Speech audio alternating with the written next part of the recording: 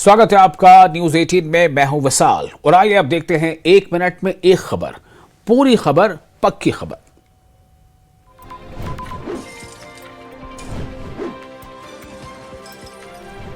Delhi NCR में सुबह हुई बारिश ने मौसम का मिजाज पूरी तरह बदल दिया।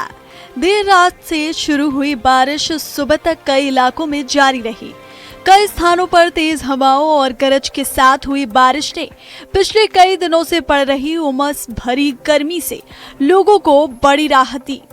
बारिश के बाद राजधानी का तापमान सामान्य से नीचे दर्ज किया गया, जबकि नमी और उमस में भी कमी आई। सुबह के समय ठंडी हवाएं चलने से मौसम सुहाना हो गया और लोगों ने राहत महसूस की। पार्क, सड़कों और खुले स्थानों पर लोग मौसम का आनंद लेते दिखाई दिए। मौसम विभाग के अनुसार अगले कुछ घंटों और आने वाले दिनों में भी दिल्ली एनसीआर में हल्की से मध्यम बारिश हो सकती है। विभाग ने लोगों से खराब मौसम के दौरान सतर्क रहने और जल भराव वाले इलाकों से बचने की सलाह दी।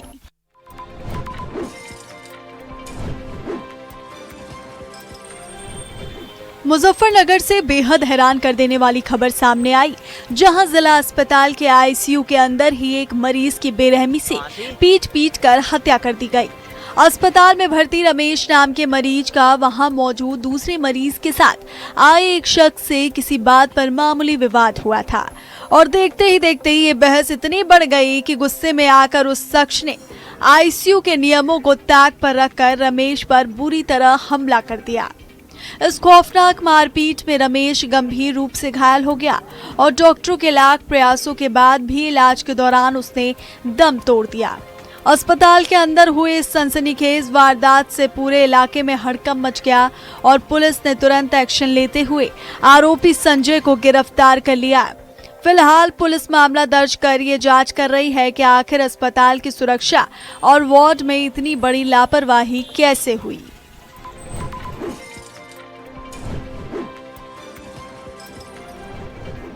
करनाल के कोहंड असंद रोड पर चल रहे अवैध शराब ठेके का थाना मुनक पुलिस ने भंडाफोड़ किया। गुप्त सूचना के आधार पर सोमवार देर रात पुलिस टीम ने छापेमारी कर फर्जी ठेके से भारी मात्रा में अंग्रेजी शराब और बियर की बोतलें बरामद की।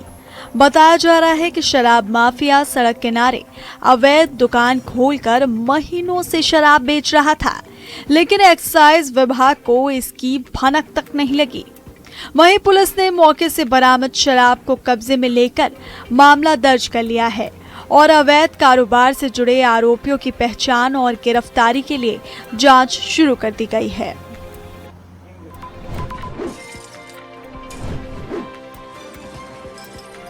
बुलंदशहर में पुलिस ने साइबर अपराध के खिलाफ चलाए जा रहे विशेष अभियान के तहत बड़ी कार्रवाई करते हुए 8 शातिर साइबर अपराधों को गिरफ्तार किया है।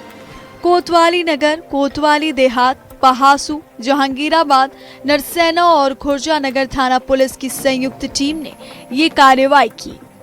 जांच में पता चला कि आरोपी फर्जी बैंक खातों और अकाउंट्स के जरिए साइबर ठगी की रकम इधर उधर ट्रांसफर कर उसका स्रोत छिपाते थे। पुलिस के मुताबिक आरोपी अब तक करीब 9 लाख रुपए की साइबर ठगी कर चुके थे। उनके पास से मोबाइल फोन, सिम कार्ड और बैंक खातों से जुड़े महत्वपूर्ण दस्तावेज बरामद किए गए।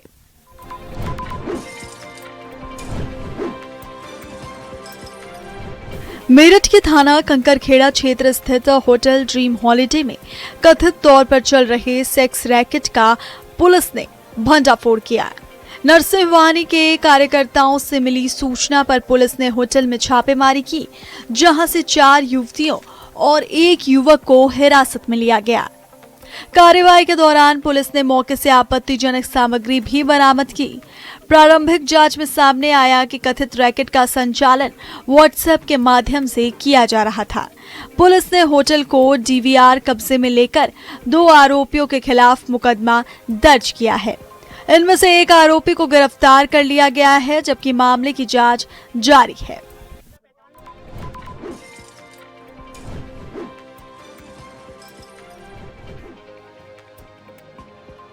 मुजफ्फरनगर पुलिस ने नशे के कारोबार पर बड़ा प्रहार करते हुए ऑपरेशन सवेरा के तहत 50 किलो गांजा की खेप बरामद की है।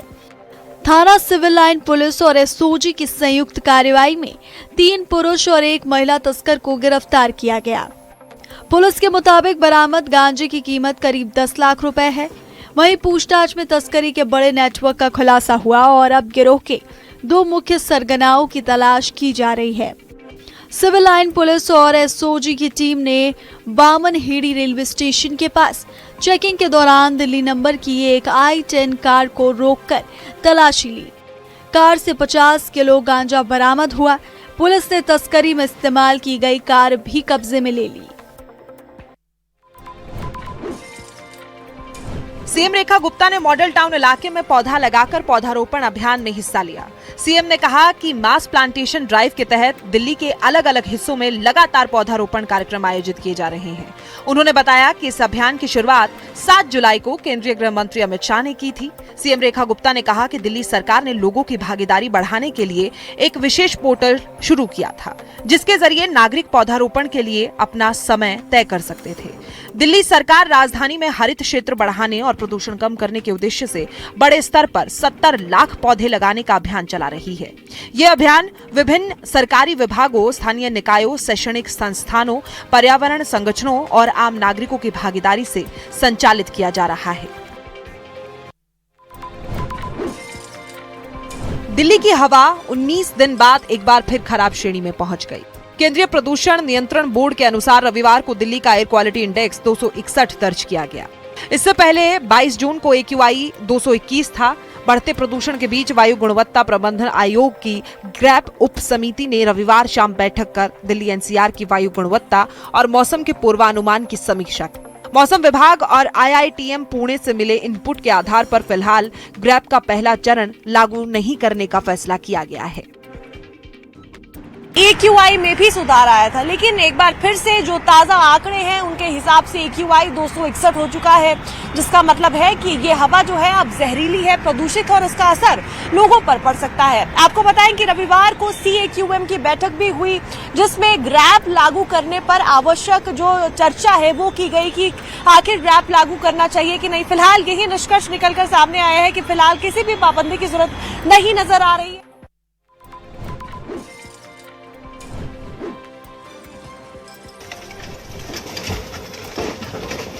राजधानी दिल्ली के मोती नगर इलाके में बीते कल अतिक्रमण हटाने की कार्रवाई की गई। जकीरा क्षेत्र में रेलवे लाइन के किनारे बने कई झुग्गी झोपड़ियों और अस्थायी ढांचों पर बुलडोजर चलाया गया।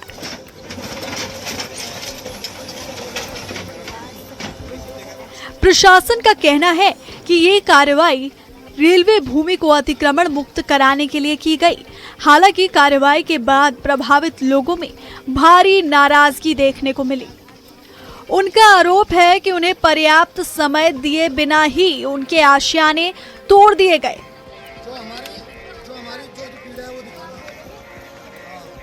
हालांकि प्रभावित परिवारों ने सरकार और प्रशासन से वैकल्पिक आवास और राहत की व्यवस्था करने की मांग की है।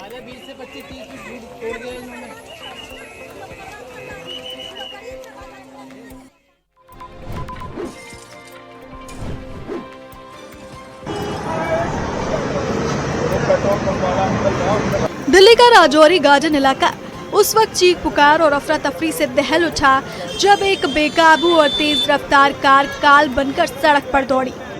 रफ्तार के इस जानलेवा कहर ने सड़क पार कर रहे एक राहगीर को इतनी जोरदार टक्कर मारी कि उसकी मौके पर ही दर्दनाक मौत हो गई। टक्कर इतनी भीषण थी कि आवाज सुनते ही आसपास के लोगों के रोंगटे खड़े हो गए और मौके पर भारी भीड़ जमा हो गई। इस खौफनाक हादसे को अंजाम देने के बाद निर्दयी कार चालक का दिल नहीं पसीजा और वो लहूलुहान युवक को छोड़कर कार समेत मौके से भागने की फिराक में लगा रहा। सूचना मिलते ही पुलिस की टीमें तुरंत घटना स्थल पर पहुंची और शव को कब्जे में लेकर मामले की तफ्तीश में जुट गई है।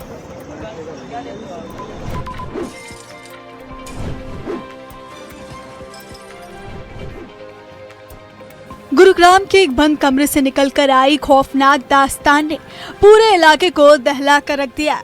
जहां प्यार का एक दर्द और अंत देखने को मिला।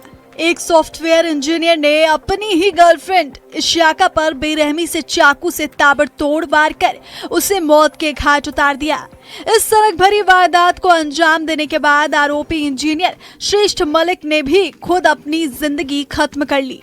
इस रूह कपा देने वाले खूनी खेल का खुलासा तब हुआ जब इशिका के परिजनों के लगातार फोन करने के बाद भी कमरे से कोई जवाब नहीं आया। अनहोनी की आशंका में जब पुलिस दरवाजा तोड़कर अंदर दाखिल हुई तो वहां का मंजर देखकर दंग रह गई।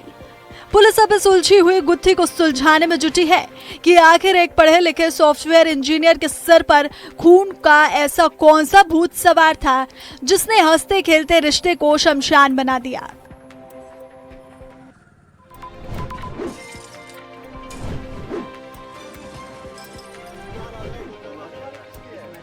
हरियाणा के फरीदाबाद से एक ऐसी रहस्यमयी और रूह कपा देने वाली खबर आई जिसने पुलिस प्रशासन समेत हर किसी को हैरान कर दिया। बीपीटीपी पुल के पास आगरा नहर से एक युवक और महिला के शव बरामद किए गए, जिनके हाथ आपस में एक डेटा केबल से बंधे हुए थे। शनिवार शाम से ही लापता इस जोड़े को ढूंढने के लिए एसडीआरएफ और स्थानीय पुलिस की टीमें पिछले 24 घंटों से नहर का चप्पा चप्पा छान रही थी। आखिरकार रेस्क्यू ऑपरेशन के दौरान दोनों के शव पानी में तैरते हुए मिले, लेकिन हैरान करने वाली बात यह है कि मृतका के शरीर पर चोट के गहरे निशान भी पाए गए। हाथ बांधकर नदी में कूदने की इस खौफनाक घटना ने इस मामले को बेहद पेचीदा बना दिया, जिससे ये मामला आत्महत्या और हत्या के बीच उलझ गया। फिलहाल पुलिस ने दोनों शवों को पोस्टमार्टम के लिए भेज दिया और इस मिस्ट्री को सुलझाने के लिए जांच शुरू कर दी गई है।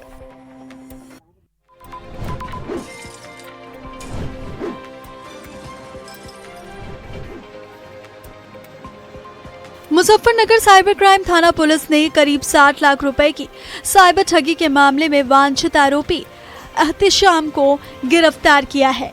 आरोपी चरथावल थाना क्षेत्र के कुटेसरा गांव का रहने वाला है और उसकी गिरफ्तारी पर 15,000 रुपए का इनाम घोषित था। पुलिस के मुताबिक वो लंबे समय से फरार चल रहा था। पुलिस जांच के अनुसार हरिद्वार की रहने वाली महिला ने साल 2019 में जीवन बीमा पॉलिसी ली थी। पॉलिसी बंद होने के बाद बीमा कंपनी ने करीब 60,37,000 रुपए का मैच्योरिटी चेक कुरियर के माध्यम से भेजा। आरोप है कि चेक रास्ते में ही गायब कर दिया गया। इसके बाद चेक में कथित तौर पर छेड़छाड़ कर दूसरे व्यक्ति के बैंक खाते में जमा कराया गया और पूरी रकम अलग अलग खातों में ट्रांसफर कर निकाल ली गई।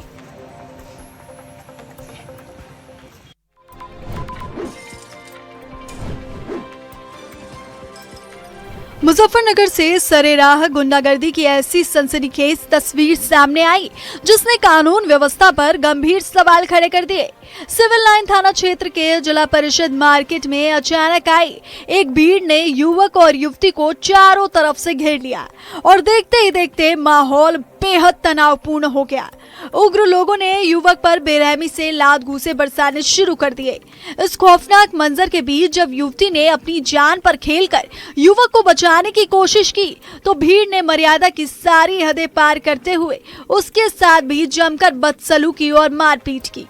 गनीमत रही कि सूचना मिलते ही पुलिस मौके पर पहुंच गई और दोनों को इस हिंसक भीड़ के चंगुल से छुड़ाकर सुरक्षित थाने ले गई। इस पूरी वारदात का वीडियो अब सोशल मीडिया पर तेजी से वायरल हो रहा है और पुलिस घटना के पीछे के असली सच और तरह तरह के दावों की गहराई से तफ्तीश कर रही है।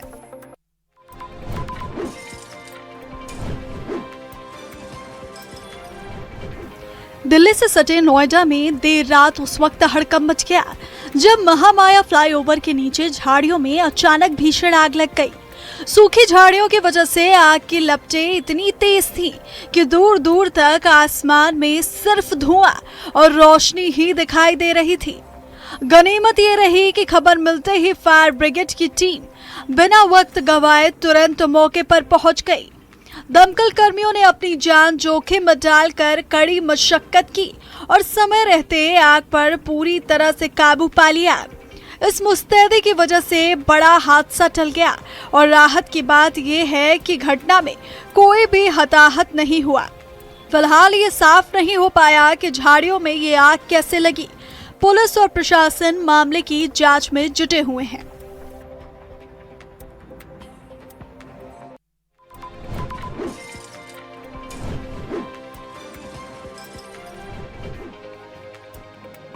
देश की सेवा सिर्फ सरहदों तक सीमित नहीं होती, बल्कि उसकी गूंज दुनिया के हर उस कोने तक पहुंचती है जहां भारतीय बसते हैं। अमेरिका के ग्रेटर सिएटल में ऐसा ही एक भावुक और गौरवपूर्ण पल देखने को मिला, जब भारतीय सशस्त्र बलों के पूर्व सैनिकों और उनके परिवारों को विशेष सम्मान दिया गया। भारतीय दूतावास के सहयोग से आयोजित इस विशेष कार्यक्रम में भारत के वाणिज्य दूतावास ने ग्रेटर सिएटल क्षेत्र में रहने वाले भारतीय सशस्त्र बलों के पूर्व सैनिकों और उनके परिवारों को सम्मानित किया।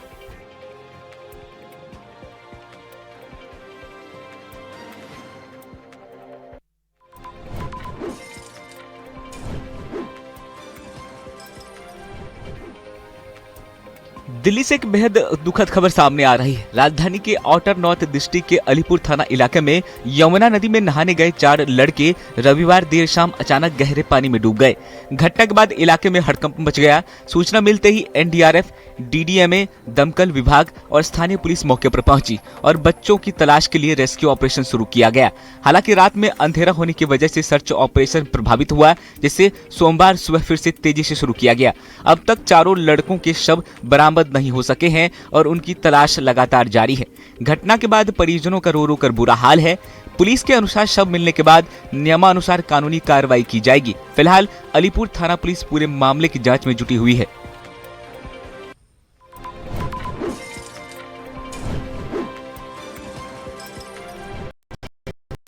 के कल्याणपुरी इलाके से एक सनसनीखेज वारदात सामने आई है। यहाँ दिल्ली पुलिस के कांस्टेबल ने मामूली विवाद के बाद बीच सड़क पर अपनी पत्नी प्रियंका की गोली मारकर हत्या कर दी।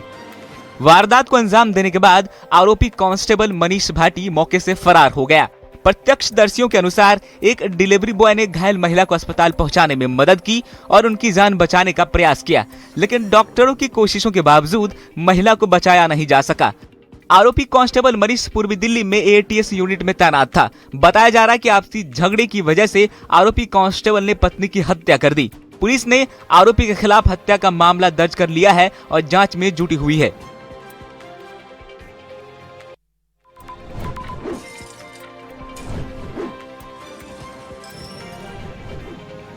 दिल्ली में बदरपुर के मोलरबंद इलाके में रविवार रात प्रेम संबंध को लेकर हुए विवाद में 17 साल के नाबालिग की चाकू घोंपकर हत्या कर दी गई। आरोप है कि नाबालिग को उसकी प्रेमिका के भाई ने बातचीत के बहाने बुलाया था। वहां पहले से मौजूद युवकों के साथ कहासुनी हुई, जो देखते ही देखते हिंसक झड़प में बदल गई। इस दौरान नाबालिग के सीने और पेट पर चाकू से कई वार किए गए। गंभीर हालात में उसे एम्स ट्रॉमा सेंटर ले जाया गया, जहां इलाज के दौरान उसकी मौत हो गई। पुलिस ने मामले में प्रेमिका के भाई समेत 5 आरोपियों को गिरफ्तार कर लिया है। पुलिस के मुताबिक रविवार रात करीब 8 बजे बदरपुर थाना पुलिस को चाकूबाजी की सूचना मिली थी। सूचना मिलते ही पुलिस टीम मौके पर पहुंची और जांच में जुट गई।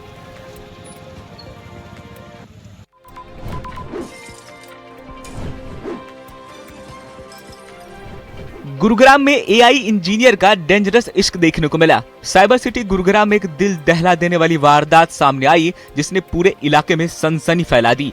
एक सॉफ्टवेयर इंजीनियर ने पहले अपनी गर्लफ्रेंड की चाकुओं से गोदकर बेरहमी से हत्या कर दी और फिर उसके बाद गुरुग्राम रेलवे ट्रैक पर ट्रेन के आगे कूदकर जान दे दी। मामले का खुलासा तब हुआ जब परिवार के लोगों के काफी फोन करने के बाद लड़की ने फोन नहीं उठाया। लड़की के परिवार की शिकायत के बाद पुलिस सेक्टर 55 में उस जगह पर पहुंची जहां लड़की किराए पर रहती थी। कमरे का दरवाजा खोला तो अंदर उसका खून से लथपथ शव पड़ा था। पुलिस मामले की जांच कर रही थी कि रेलवे ट्रैक पर उसके बॉयफ्रेंड का शव मिलने की भी जानकारी मिली। बताया जा रहा है कि दोनों पिछले 3 दिन से साथ रह रहे थे। गुरुग्राम पुलिस ने मामले की जांच शुरू कर दी है। पुलिस अब दोनों के कॉल डिटेल्स और सीसीटीवी फुटेज खंगाल रही है, ताकि ये पता लगाया जा सके कि इस खौफनाक कदम के पीछे की असली वजह क्या थी।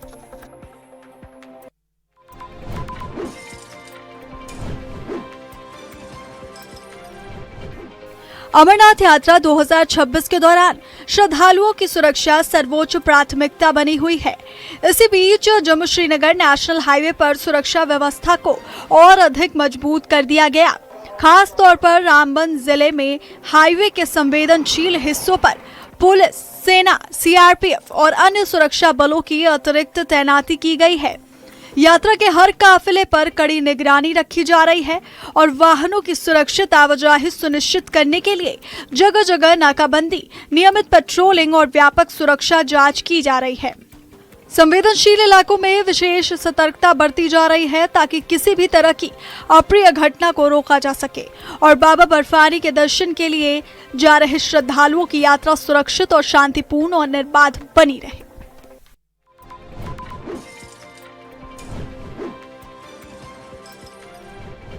समंदर में भारत की ताकत अब पहले से कहीं ज्यादा मजबूत हो गई है। भारतीय नौसेना को एक और अत्याधुनिक स्वदेशी युद्धपोत मिल गया है। विशाखापट्टनम में स्टेल्थ फ्रिगेट महेंद्रगिरी को नौसेना के बेड़े में शामिल किया गया। रक्षा मंत्री राजनाथ सिंह की मौजूदगी में हुए इस समारोह ने भारत की रक्षा क्षमता और आत्मनिर्भर भारत की ताकत का एक और बड़ा संदेश दुनिया को दिया है। महेंद्रगिरी प्रोजेक्ट 17A के तहत तैयार किया गया आधुनिक युद्धपोत है। इसकी सबसे बड़ी खासियत है इसकी स्टील्थ तकनीक, जो इसे दुश्मन के रडार से बचने में मदद करती है। ये युद्धपोत समुद्र में दुश्मन के जहाजों, पनडुब्बियों और हवाई खतरों से एक साथ मुकाबला करने में सक्षम है। समंदर की हर चुनौती का जवाब, हर खतरे पर पैनी नजर और दुश्मन के लिए बड़ा संदेश। महेंद्रगिरी के साथ भारत की समुद्री शक्ति अब एक नई ऊंचाई पर पहुंच चुकी है।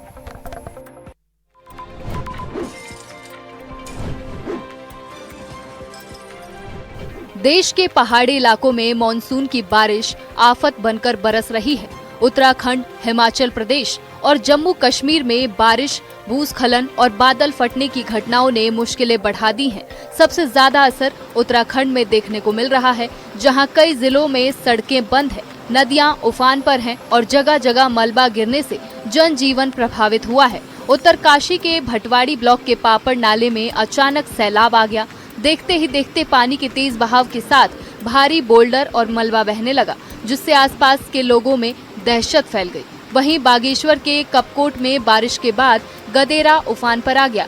पानी हाईवे पर बहने लगा, जिससे कई घंटों तक यातायात प्रभावित रहा और वाहनों की लंबी कतार लग गई। देहरादून के विकास नगर में भी भारी बारिश के चलते लैंडस्लाइड हुआ। मलबे की चपेट में कई गाड़ियां और निर्माण मशीनें दब गईं। उधर भवाली अल्मोड़ा राष्ट्रीय राजमार्ग पर शिप्रा नदी के कटाव से सड़क का बड़ा हिस्सा क्षतिग्रस्त हो गया है। अगर बारिश का सिलसिला जारी रहा तो कुमाऊं को जोड़ने वाला ये अहम मार्ग खतरे में पड़ सकता है। फिलहाल प्रशासन अलर्ट पर है और प्रभावित इलाकों में हालात पर नजर रखी जा रही है।